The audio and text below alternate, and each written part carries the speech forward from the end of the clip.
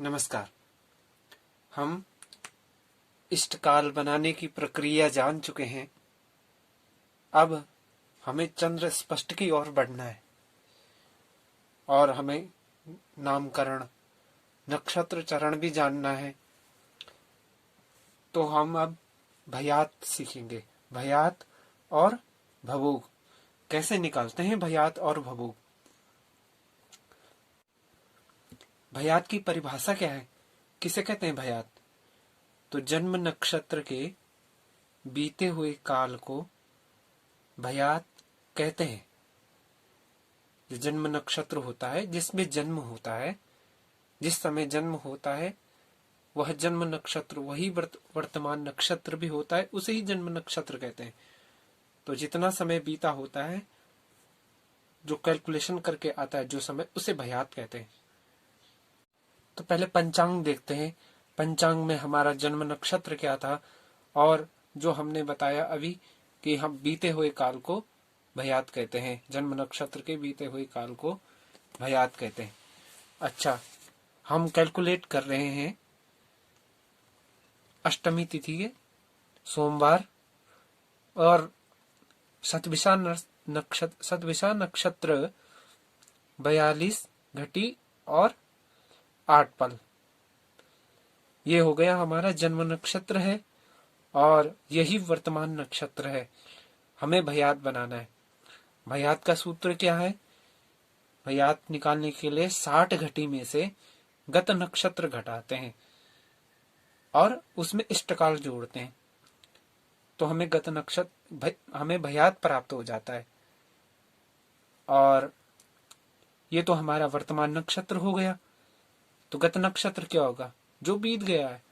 तो इससे पहले जो नक्षत्र था धनिष्ठा, 43 घड़ी और 8 पल, ये हमारा गत नक्षत्र है। इसे हमें 60 घटी में से घटाना है। और आगामी नक्षत्र कौन सा होता है, पहले ये भी बता देते हैं आपको।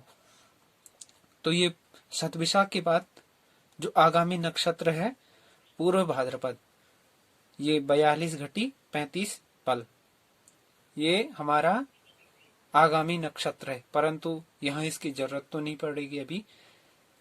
तो भयात निकालते हैं। भयात कैसे निकालते हैं, चलिए शुरू करते हैं। तो ये हमने लिख दिया है। भयात 60 घटी में से, ये नियम अनुसार है 60 घटी में से गत नक्षत्र घटाते हैं।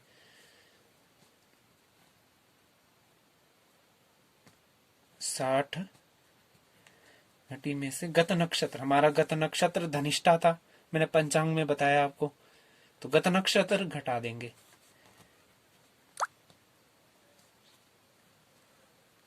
जीरो 8, ये हमारा गत नक्षत्र हो गया। ये नियमानुसार है और ये हमारा गत नक्षत्र है।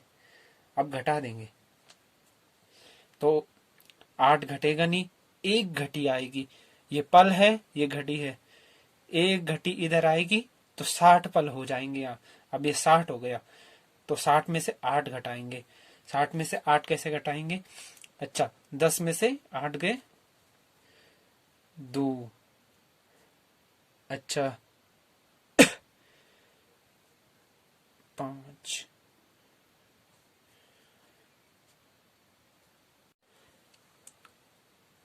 साठ में से 8 घटाएंगे तो हमारा 52 मिल गया हमें। और इधर बचा हमारे पास 59। अब 9 में से 3 गया, 9 में से 3 कम करेंगे तो 6 रहेगा। और 5 में से 4 गए 1, ये हो गया 16 52। इसे वियोग फल कहते हैं। क्या कहते हैं? वियोग फल। और इसमें अब क्या करना है हमें? गत नक्षत्र घटा दिया, अब इष्टकाल जोड़ना है इसमें। इष्टकाल हमारा क्या था? 9 47, ये 30 विपल है, तो 9 घटी 47 पल को लेंगे हम। तो इष्टकाल जोड़िए।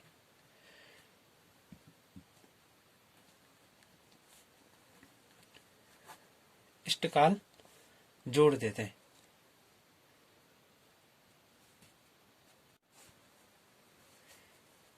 तो 2 और 7 9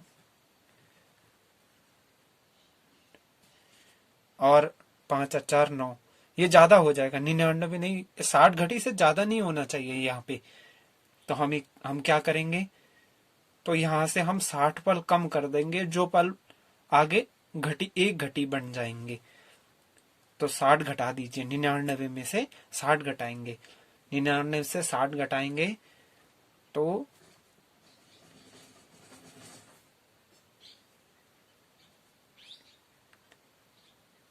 39 रहेगा हमारे पास, और वह 1 घटी आगे आ जाएगी है।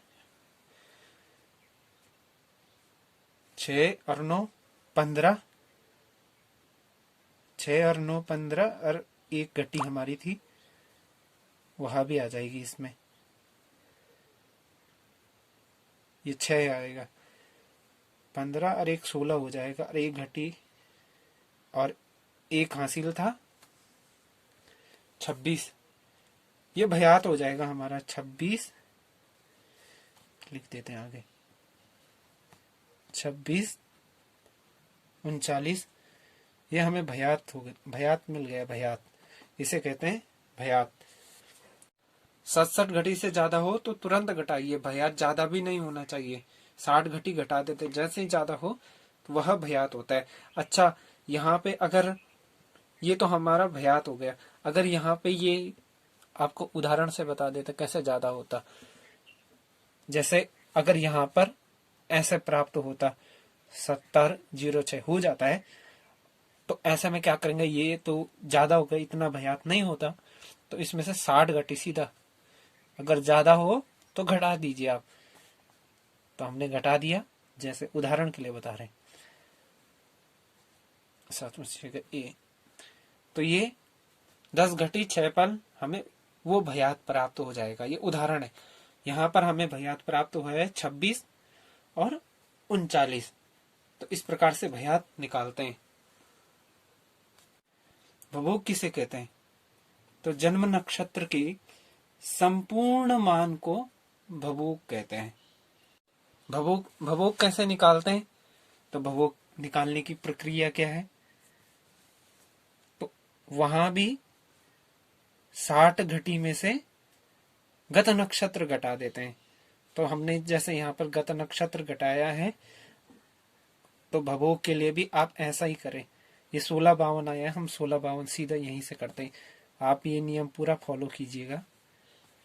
60 घटी में से गत नक्षत्र घटाना है भभोग के लिए, और जो आए उसमें जन्म नक्षत्र मान जोड़ना है, जन्म नक्षत्र मान यानी वर्तमान नक्षत्र जोड़ना है उसमें।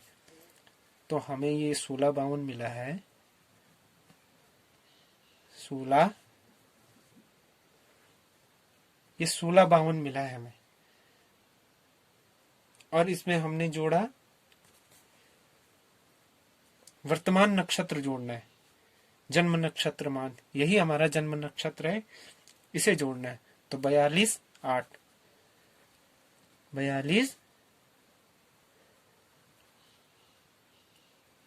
8 जोड़ दीजिए इसे,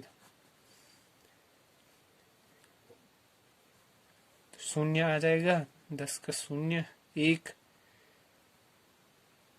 और यहाँ 60 तो लिख नहीं सकते, तो यहाँ से 60 कम हो जाएगा, यहाँ 0 हो जाएगा, और जहां से यहाँ 60 पल हुए थे वो आगे 1 घटी बन जाएंगे, तो यहाँ 1 घटी बन जाएंगे।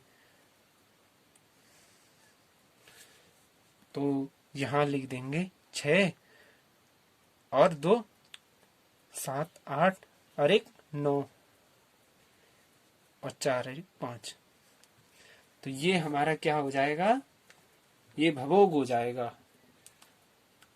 भयात और भभोग के नाम क्या है, एक अपर नाम भी है, सर्वरक्ष और गतरक्ष। गतरक्ष कहते हैं भयात को, और सर्वरक्ष कहते हैं भभोग को। भभोग के नियम क्या है, भभोग 67 घटी तक अधिकतम जा सकता है, और भभोग हमेशा भयात से अधिक होता है। जो भयात होता है वो कम होता है और भभोग ज्यादा होता है। और यदि वर्तमान नक्षत्र का मान इष्टकाल से ज्यादा हो तो 60 घटी से वर्तमान नक्षत्र घटाया। और हमने तो यहाँ पर सीधा वर्तमान नक्षत्र जोड़ा था, गत नक्षत्र घटा के हमने यहाँ पे क्या किया था, गत नक्षत्र घटा के और जो आया था उसमें हमने जन्म नक्षत्र मान जोड़ा था भभोग के लिए।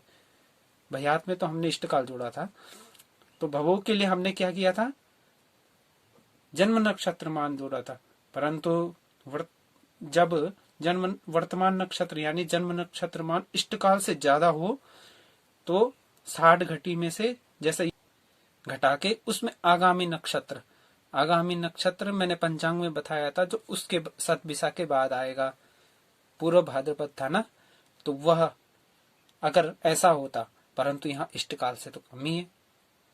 तो इस प्रकार से हम भभोग निकालते हैं। यह भयात और भभोग हमें कहाँ जरूरत पड़ती, जब हम दशा बनाते हैं। जिन दर्शकों ने इष्टकाल बनाना नहीं सीखा वह कृपया प्ले लिस्ट में जाके इष्टकाल बनाना सीखें, तब जाकर भयात और भभोग की गणना करें। और यदि आपको इष्टकाल निकालना आता है तो आप भयात निकाल सकते हैं। विधि हमने आपको बता दी है, भभोग हमने आपको बता दिया है। आशा करते हैं आपको हम सरलता से समझा पाए हों। आप सभी दर्शकों का बहुत बहुत धन्यवाद। जो भी परेशानी हो, समस्या समझने में जो भी परेशानी हो, आप हमें पूछ सकते हैं। हमारा नंबर है स्क्रीन पर आ ही रहा है। बहुत बहुत धन्यवाद।